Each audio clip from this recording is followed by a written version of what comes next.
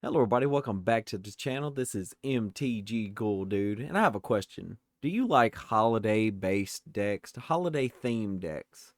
Well, if this may be a little bit more common in the States, but some people like to build decks around, a holiday theme. And I've gotten into the spirit as we just came out of, the turkey season, the dreadful Thanksgiving season, Black Friday and all that goodness. Uh, and I wanted to share with you some of the ideas that I have kind of just rolled over in my mind for like the past couple of days for commanders for a themed holiday decks. Now, some of them will not always, some of them are actually pretty common. Some of them are a little less than you wouldn't expect these to be, themes. So, we're just going to go on ahead and just rip the band-aid off and do probably one of the most overplayed first, starting out with Marwyn the Nurturer and the elf tribe, because Santa's got to have elves. And elves are a big part of most of the stories. So I figured if you wanted to build a snow themed deck, this is a possibility. You could build snow elves, something like that. If you're looking to go a little bit darker, you're more than welcome to try Lathril, Blade of Elves, and do a little bit of pain. But it's the premise is still the same. If you want to build an elf deck for the holidays, well, that's actually not that bad of an idea. Moving on to a synonymous symbol of Christmas, we have the Christmas tree. And why not play Tree Folk? I found Carbis Harvest Celebrant in just maddening, just could not sleep moment. And I was like, man, Tree Folk, who wouldn't want a Christmas tree as a commander? And this is actually I'm not gonna lie, guys, this is a beautiful art for this card. And this would be in my opinion, the perfect commander for a Tree Folk deck for the holiday season. For X and 2 green, if you have not ever seen this card, because this is the first time I've ever seen it, you get a 0/0 Tree Folk with when it enters the battlefield with a number of +1/+1 counters on it equal to the mana spent to cast it. So it's kind of like your Hydras and stuff like that, but you can remove a counter from it, prevent all damage that would be dealt this turn to another target creature with a +1/+1 counter on it. What would be best? What could be better than saving a creature that would be dealt lethal damage from your opponent's side? It's like a gift that you would find under a tree. That's kind of funny because it's just the weird symbolism that comes of it. Another possibility for your great Christmas tree deck is you could use Fangorn, Tree Shepherd, for 4 and 3 green. This is a 4/10 tree folk. You control have vigilance. Pretty good if you ask me. Whenever one or more tree folk you control attack, add twice that much green. So I mean, to be fair, you could probably play Fangorn in your Kerbis deck and just have oodles, canoodles, and toaster strudels of mana. And you don't lose the unspent green mana as steps and phases in. So it's actually really cool. Moving on to our next theme. What is the season without, once again, another holiday revolving with nothing less than food? Uh, yeah, food is a big part of it in over here where I'm at. I'm in the South. Everybody comes together, we have a meal, we exchange gifts, and so on and so on. But it's the meal that helps bring us together because, man, oh man, do we love to eat. So why not, just take it a couple different ways if you could, with Rocco Street Chef being one of those ways. For Naya or red, green, and white, You get a 2/4 elf druid. At the beginning of your end step, each player exiles the top card of their library, kind of like a gift, and each player may play that card they exiled this way. Whenever a player plays a land from exile or casts a spell from exile, put a counter on target creature and create a food token. There it is. You're helping your opponents in a way, you're helping yourself in a way, you're getting a little bigger. Yep, because you make food. Moving on to the next type of food related commanders, we have Greta the Sweet Tooth Scourge. And yes, just like the last couple months of every year, candy is just going to be everywhere. Candy canes is even in the art. You see candy canes, sweets, the candied apple coming from the house in the art. If you're watching this, if you're listening, there's a candied apple in the art for Greta Sweet Tooth Scourge. It's actually hilarious. But candy is a big thing. And why not use the Sweet Tooth Scourge as your food themed commander? For one, a black and a green, this is a 3/3 human warrior. Whenever they enter the battlefield, create a food token. Pretty cool. For a green, you can sacrifice a food. You can put a counter on target creature. Or for a colorless at a black, you can sack a food and draw a card and lose a life. Which is, both are still pretty good utility pieces. And if you build the deck right, any deck, it could just go off pretty well. Moving on to the last bit, and if you are the one that usually cooks the food in the big house or in the house, why not build yourself a Gyom Master Chef deck? Still going along with that food thing, for 2, a black and a green. This is a 5/3 Troll Warlock with Trample. At the beginning of your end step, create a number of food tokens equal to the number of non-token creatures you had enter the battlefield under your control this turn. For a measly, colorless, sacrifice of food, target creature gains indestructible until end of turn, and you can tap it. So, you're bringing in the family, you're making the food at the end of the turn, so you can use it to keep your family there for just a little while longer. Why not build you a food themed deck this holiday season? And now I want to get into some of the more niche one-offs that I could only barely scrap together like a creature for. Starting off with the big man himself, Santa Claus, and I feel like the only one that we have that does anything close to what this character could do is Zedru the Great-Hearted. And this is an oldie but a goodie. For a colorless, a red, a white, and a blue, this is a 2/4 Minotaur Monk. Probably not what you expected for me to choose to represent kind of like Santa Claus.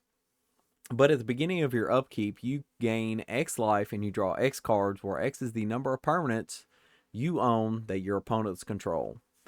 So this is like the gift giving, here's a group hug type deck, that eventually you're going to outdraw and gain your life over your opponents, and eventually you're going to win, but you're giving gifts nonetheless. You're giving things to your opponents, just like Santa Claus would. And for a white, red, and a blue, you can target opponent gains control of target permanent you control. Yep. Just giving it all away. If you can keep from having it yourself, you spread a little bit of joy. Or pain. Either way, this is one of those decks that you rarely see not do something just wacky. Moving on, we have a somewhat almost spot on representation of the Grinch with Ural the Miststalker. For 2 white, green, and red, this is a 5/5 hexproof, and it gets +2/+2 for each aura attached to it. Now, yeah, it doesn't really have the green. It does have green in it, but it doesn't have a green monster in it. But I chose this because it does have the colors for you to be able to commandeer your opponent's creatures and fling them at them. you know, just or take artifacts and whatnot and just take them. So that's kind of where I went with the idea for using Ural the Miststalker as a Grinch-like creature. I don't know. I mean, it's a stretch. This one is probably the most of a stretch that I have. But, it is what it is. You can't always have the best ones. And we have two left. I want you, if you're watching this long and you have a better one than me, let me know down in the comments below what you think would be better representations of some of the, you know, the, I guess you can call it the tropes of Christmas, of the holiday season, this holiday season. But let me know what yours are down in the comments below. But now let's go on ahead and go to my second to last theme that I wanted to talk about, and that is Rudolph the Red-Nosed Reindeer. Yeah, we don't technically have full-fledged deer. I think we may have a few, but we definitely have more elk than we have anything. And let me tell you, with Jagantha being 5 colors, you have access to at least 30-ish elk in the whole existence of Magic. So, I mean, you have plenty to play with. But a sub theme you could actually build into this deck is actually having like elves, because the Rudolph the Red-Nosed Reindeer, and story of the elves, and also something that I kind of just pulled out from the back of the nostalgia well was the fact that in the story, in the movie, oh man, wow, that one's old. Uh, they visited the island of misfit toys, and guess what? Not too long ago, in Dustmorn, we got toys. And goodness gracious, these are definitely the definition of misfit. I would not want to run into any of these in a dark alley. But that is a very interesting and different sub theme you could throw into the deck if you just, wanted to. Or you could just do like the reindeer games, kind of sort of. It'd be still pretty fun either way. And finally, we have the one that just started this whole thing for me, and I really wanted to dig deep on this one at the very beginning, and it just sprung forth all these different ideas. The one that I started out with was the Christmas Carol. If you know anything about the Christmas Carol, the scariest part is probably when you come across the ghosts of Christmas past, present, and future. And they, especially that last one is just crazy. But why not build 3-color spirits? I mean, in my personal opinion, you have probably two that do a really good job. The Master of Keys, which is just a beautiful piece of work of art, and it's also just terrifying. But I feel like the representation of past, present, and future is best depicted as white, blue, black. And that's just me. If you have a better explanation and use of the colors, I'm well open to discussing that. And maybe we can brainstorm a deck with it in the comments. But me personally, I feel like white, blue, black is the best representation of past, present, and future. And what's funny is most of the spirits that we have in Magic are actually white, blue, black. I mean, we do have some, outliers in the white, red, and blue, black. I wouldn't even say blue, black. We don't have a lot of spirits in green. Most of those came from Kamigawa and the such. But, as I was saying, the Master of Keys is one of those that would invoke that, because I feel like it can tell you the passage of time. It knows what's going to happen. because it's seen it all multiple times probably. And then another creature that let me talk to about the Master of Keys a little bit. For X, white, blue, and a black, it's a 3/3 horror legendary enchantment creature with flying. When the Master of Keys enters, put X +1/+1 counters on it and mill twice X cards. Each enchantment card in your graveyard has escape. It's pretty funny because spirits get away all the time. And, yeah, I'm not going to go into that little rabbit hole. The escape cost is equal to that card's mana cost plus exile 3 other cards from your graveyard. Pretty unique. I love the art. It's kind of like a underworld breach, but for Esper. So still pretty cool. I love this one. This is probably my favorite one, and I wonder if I can find a way to get a hold of a copy of this in time to build, because I would love to build a deck like that. But my second option that I thought about using for this one, it's definitely not as cool as this one, and it's Send Triplets.